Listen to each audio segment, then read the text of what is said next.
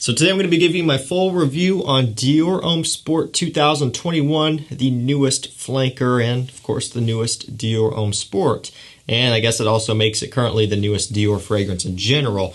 Before this one, at the end of last year, was Sauvage Elixir. So I currently have all of the Dior Homme Sport flankers, everything from the 2008 to the 2012 to the 2017, which was the latest up until now. And what's kind of funny is every time they've released one, I've liked the new one less and less. So the 2008 is probably my favorite if I had to choose one. And then the 2012 would have been my next favorite. I really did not care for the 2017 all that much. I felt that that one was the most kind of flat and uninspired out of all of them. And now, of course, we have this new one here, and I'm going to tell you kind of how this one fits in the lineup. I'm going to review it, tell you how it smells, how it performs, and if I think it's worth picking up. And I did also do a first impressions on this one as well, so if you want to see my initial reaction, you can check that video out. I will provide a link to this one down below as well. Not on discounters yet. Typically, these won't be discounted all that heavily anyway, so a retail price isn't usually going to be all that much more, but it will be down there. And also, kind of unrelated, but I will link the Fragrance Net 35% off link down there as well. And if you're ever doing any shopping there and trying to get some discounts on some fragrances that have been out, you can use that link first. It'll automatically apply the current code. Let's go ahead and just jump right through this one. We're going to start off with how this fragrance smells. So when you first spray it on, you can tell right away that it is a sporty fragrance, right? I mean, it's prominent. This nice citrusy, spicy, zingy, zesty smell, this nice lemon note is what it opens up with here. Very refreshing, very sparkling, very citric, and it smells great. So immediately that kind of places this one obviously into the sport fragrance ballpark, which is what you would hope for if it is a sport fragrance after all.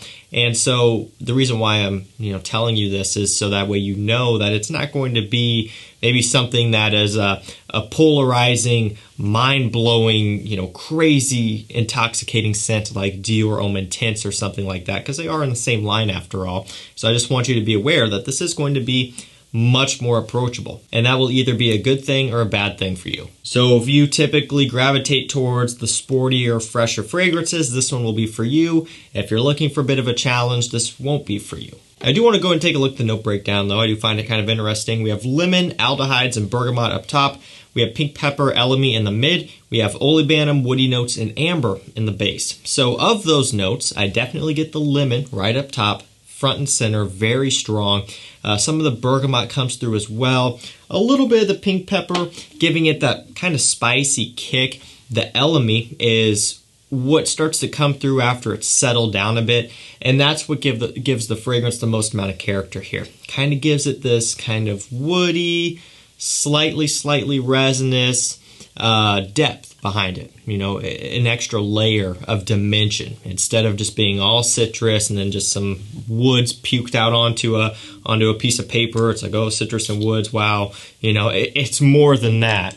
There's a good amount going on here, and that's something that I picked up on when I first tried it. So kind of the way I describe this one here is the lemon and the bergamot combination is front and center. I talked about this in my first impressions, but it's kind of like, imagine the sun shining through all of the clouds around. Like say it's a cloudy day, but the sun is still piercing through and very bright, very strong.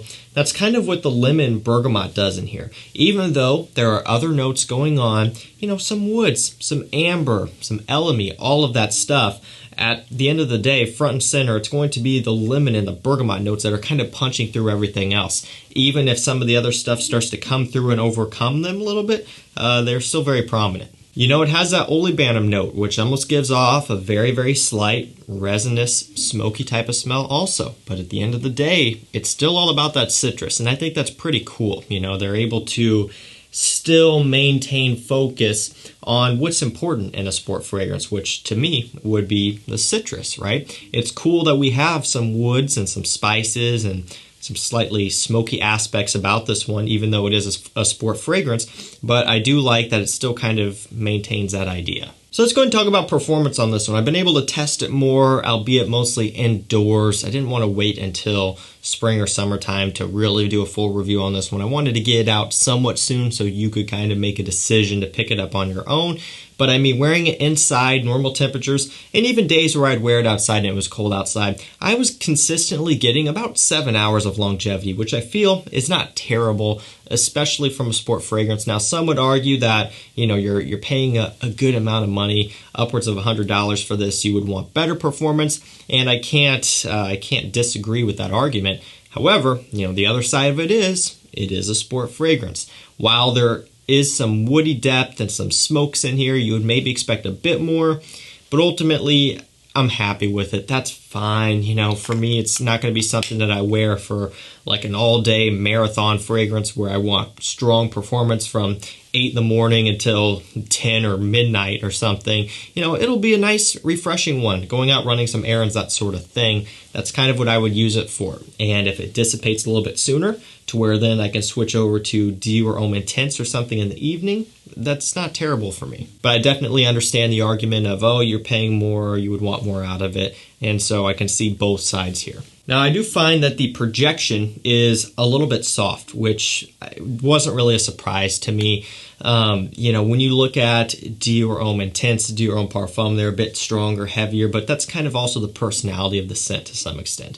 You know, when I smell this one, it doesn't have like a super loud, obnoxious smell or personality about it. You know, it has this refined, gentleman, classy smell. And that's also something that I noticed when I first smelled it. I'm like, okay, it's a sport fragrance, right? Which could be very generic.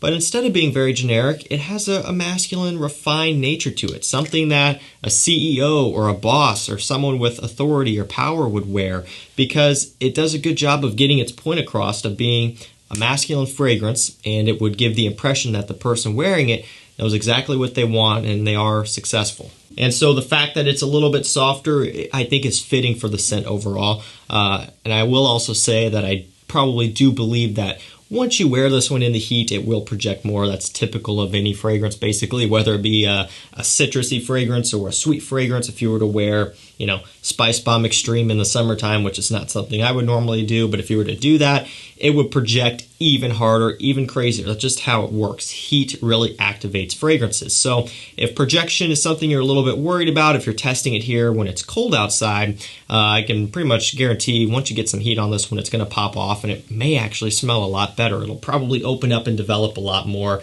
That citrus will really come to life. It's going to be a good compliment getter. It's not going to be on the level of the Sauvage fragrances, especially the EDT and the EDP. Those are kind of the main top dogs, so to speak. And again, same with, you know, Dylan Blue, Atlantique, Bleu de Chanel, Chanel Le Homme Sport Extreme. It's not quite going to be to that level of compliments praise, but really none of the sports have. 2008, 2012, 2017, they're just not really known for that. And for that matter, Dior Homme Intense, Dior Homme Parfum aren't necessarily regarded as super big compliment getters either. A lot of people do claim getting good compliments from Dior Homme Intense, which I do believe that is the case, but it's not going to be the focal point here. This is going to be just a nice, clean, fresh scent. I think a lot of times, even if people aren't saying anything to you, I would imagine that they're probably thinking, oh, you know, that guy, he smells good, he smells clean, smells well put together, but it may not be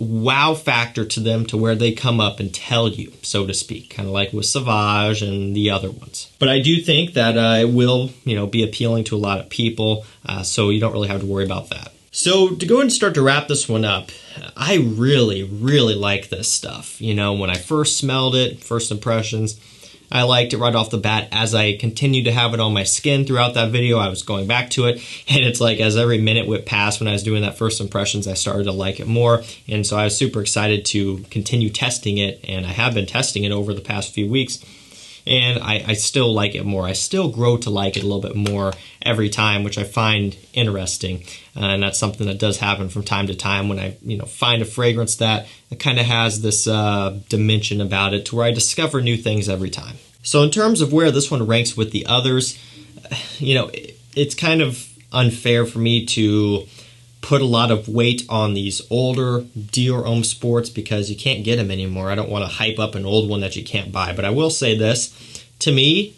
no-brainer, miles better than the 2017. Again, that one for me, it just kind of dropped the ball. I would pick this over the 2017 any day. I would probably choose to wear this one over my 2008 and my 2012s, primarily being because those are, at this point, kind of a discontinued fragrance, right? They just don't make that formulation anymore.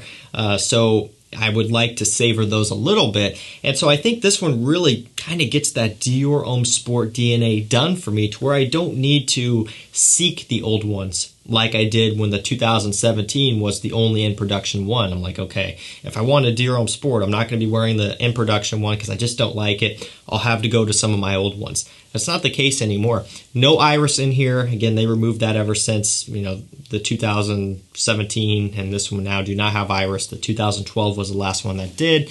And so it still gets the job done, still gets that DNA going for me. And it's one that I would choose over really just any of them due to availability and also the fact that I do really like it. So if you guys have tried the new Dior Homme Sport, let me know what you think down below. Again, it's not a mind blower.